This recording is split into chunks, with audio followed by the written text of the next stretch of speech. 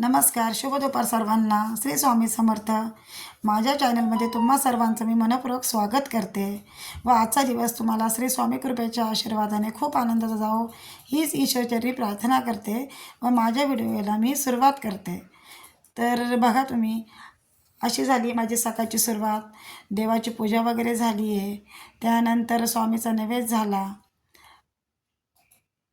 आणि मी गुरुचरित्राचे रोज 2 अध्याय 2 किंवा 1 जसं होईल तसं मी अध्याय घेत असते. आणि सकाळची आरती झाली आहे आणि आता मी स्वयंपाकाच्या तयारीला लागली आहे. तर आजची भाजी मी करते आहे डुबुकोड्याची भाजी. ही माझ्या फॅमिलीला खूप आवडते.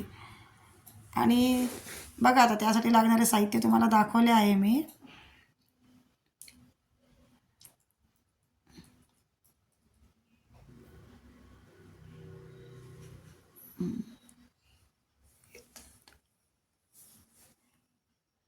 आता हे जे कांदे आहेत आपण ते भाजायला ठेवलेत.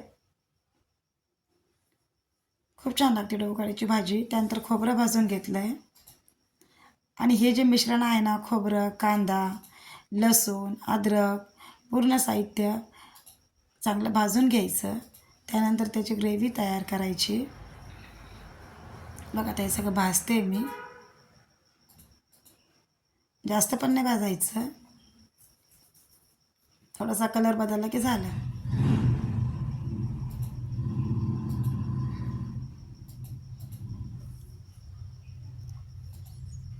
ही जी भाजी आहे ना, खूप छान लागते खायला. साधी सिंपल भाजी आहे, साधी सिंपल रेसिपी आहे, पण खायला खूप छान लागते. हे चांगलं भाजून घ्यायचं.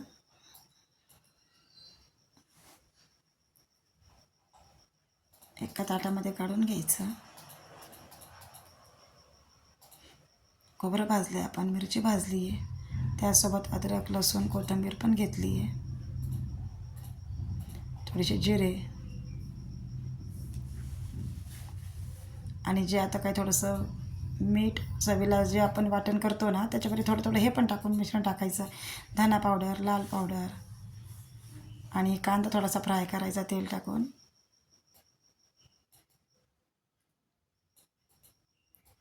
तो भाजून घेतला ना, भाजीला एक कलर येऊन जातो मग.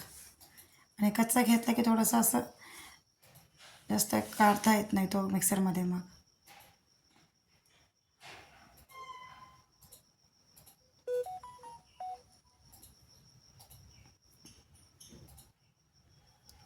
त्याला हे सगळं मिश्रण आता मिक्सरला लावायचं आहे आपल्याला आणि बारीक वाटून घ्यायचं आहे.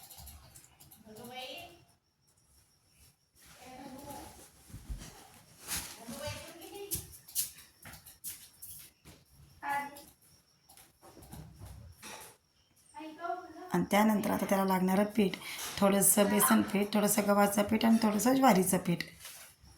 जे आता आपण डुबुकोडे टाकणार आहेत ना, हे त्यासाठी लागणारं मिश्रण आहे. त्याचं आता वाटण काढून झालेलं आहे आपलं. आता भाजीची तयारी करायची. कढईमध्ये तेल टाकलं आहे तापत ठेवायला.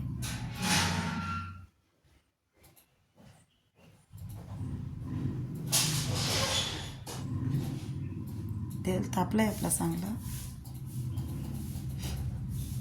त्यामध्ये आता जिरे मोहरीची फोडणी द्यायची आहे.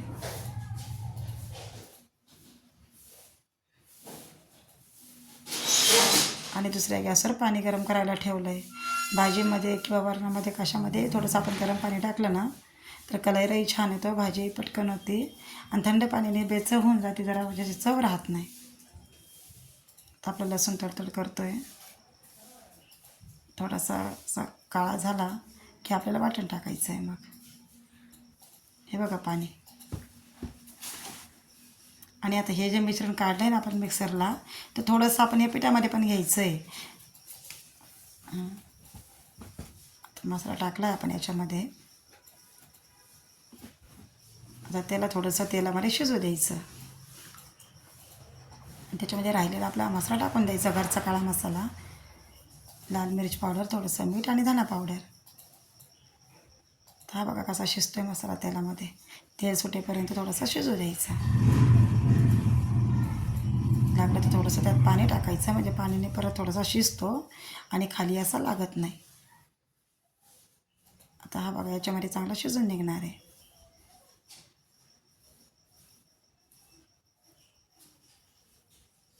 बघा कसा छान कलर येतो आहे त्याला. आता तो शिजतो आहे, त्यात थोडीशी मिरेपूड टाकायची.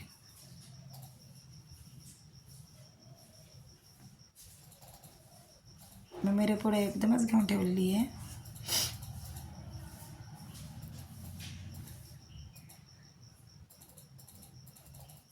असा कलर येतो आहे त्याला आणि मसाला पण आपला चांगला शिजतो आहे.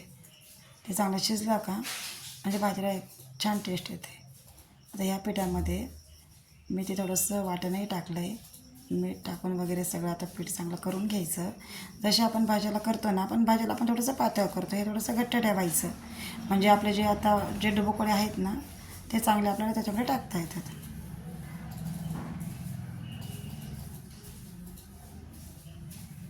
हे बघा सगळं एकजीव करून घेतलं आहे मी.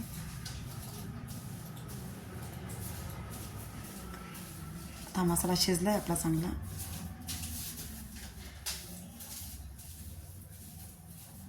पाणी टाकलं आपण गरम केलेलं त्याच्यामध्ये.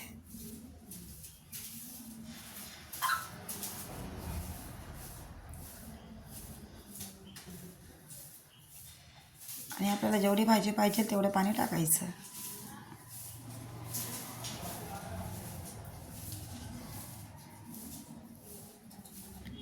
आता त्याला उकळी येऊपर्यंत थांबायचं. परतून मीठ,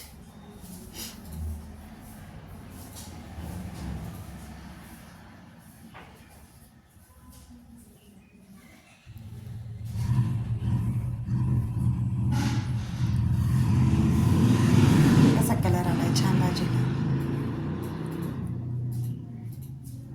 आता वाटण पण आपलं तयार आहे.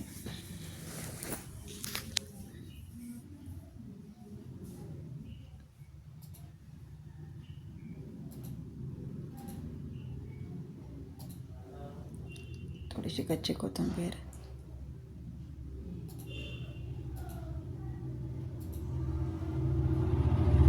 भाजीला उकळी येते. एक उकळी आली की आपल्याला असे भजे तोडल्यासारखं त्या भाजीमध्ये आपल्याला ते पीठ सोडून द्यायचं आहे. आपण भजे कसे तळतो ना त्याच प्रकारे. आली उकळी चांगली, बघा आता मी कशी तोडून टाकते. जसं आपल्याला लागतं ना एक छोटे छोटे करायचे, म्हणजे शिजल्यानंतर ते थोडेसे मोठे पण होतात, असे फुलून येतात. मग थोडे थोडं पीठ घेऊन आपलं ते तोडायचे वडे. आम्ही त्याला डुबुकवड्याची आमटीही म्हणतो, भाज्याची पण आमटी म्हणतो. आता तुमच्या काय घरात म्हणतात ते कमेंटमध्ये नक्की सांगा मला. आणि ही भाजी नक्कीच करून बघा, कारण मुद्दाम मी आज एकदम साधी रेसिपी आहे, साधी खूप साधी भाजी आहे, पण माझ्या फॅमिलीमध्ये म्हणजे खूपच आवडते सर्वांना, त्यामुळं आज टाकली मी.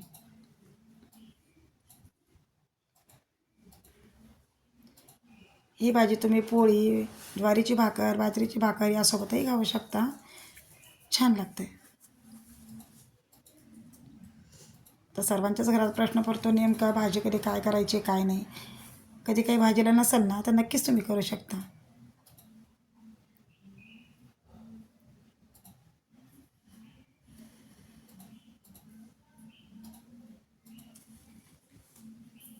आणि जोपर्यंत पूर्ण आपण तोडून टाकत नाही ना त्या पिठामध्ये, गॅसची फ्लेम आहे ती कमीच ठेवायची. नाही तर काय होऊन जातं, आपण जास्त गॅसची फ्लेम ठेवली ना तर जे आपण पहिले तोडलेले असतात ते शिजत येतात आणि जे नंतरचे राहतात ते असं चांगले शिजत नाही. त्यामुळे सगळे तोडेपर्यंत आपण गॅसची फ्लेम कमी ठेवायची.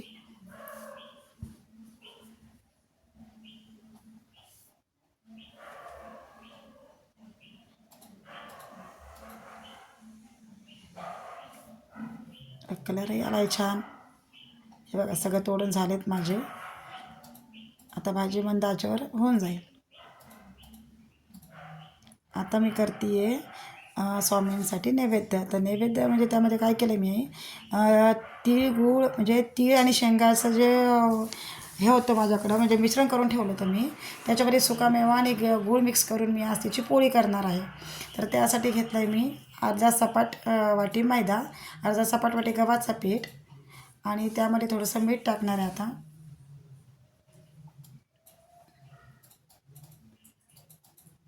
हे बघा थोडंसं मीठ घेतलं आहे चवीपुरतं आणि थोडंसं साजूक तूप टाकते मोहनसाठी.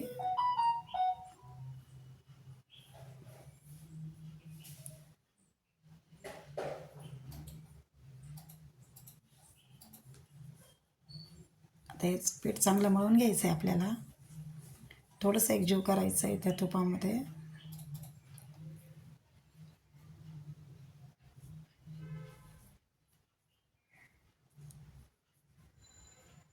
सरासरी आपले 4 ते 5 पोळ्या आरामशीर होतात. तर पाणी टाकून मळून घ्यायचं आहे.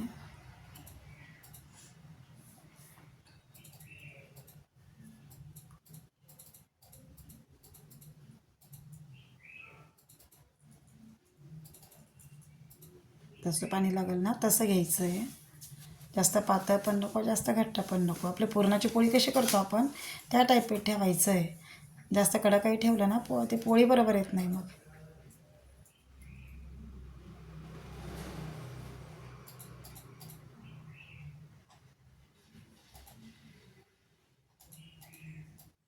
हे बघा हाताला असं थोडंसं चिटकलं का समजून घ्यायचं, थोडंसं व्यवस्थित होतं इथे. जास्त घट्ट पण नाही ठेवायचं आहे. आणि याला थोडंसं आता तूप लावून आहे ना वाटीखाली झाकून ठेवायचं. म्हणजे 1-2-3 मिनटं आपलं ते रेस्ट व्हायला ठेवायचं. आता हे बघा हे जे मी शेंगा आणि तिळाचं हे करून ठेवलं होतं मिश्रण आणि त्याच्यामध्ये थोडासा 1 चमचा सुकामेवा घेतला आहे.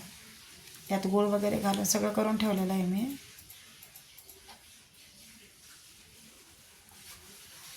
खूप छान लागतात हे आपण पोळ्या खायला. आपली भाजी पण झाली बघा आता. खूप छान कलर आला भाजीला. आता हे पीठ पण आपलं तयार झालं आहे. आता हे बघा जो आपला आता मिश्रण होता त्याचाही मी गोळा करून ठेवला आहे. आणि त्या पुरणाची पोळी करतो ना त्याच प्रकारे आपण याची पोळी करायची.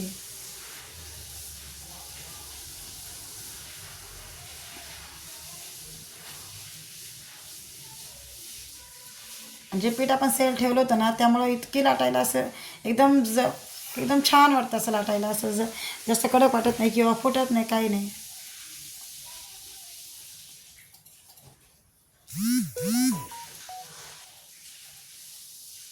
आणि हलक्या हाताने लाटायची.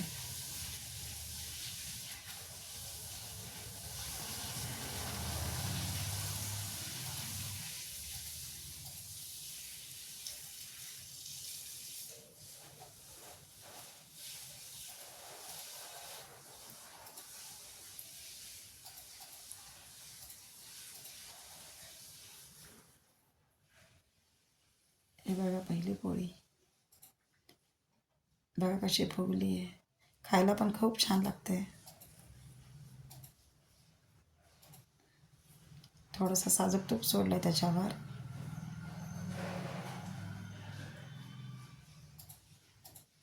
कारण या पोळीसोबत खाण्याजोगं असं काहीच नसतं. एक तर फक्त तूप किंवा दूध.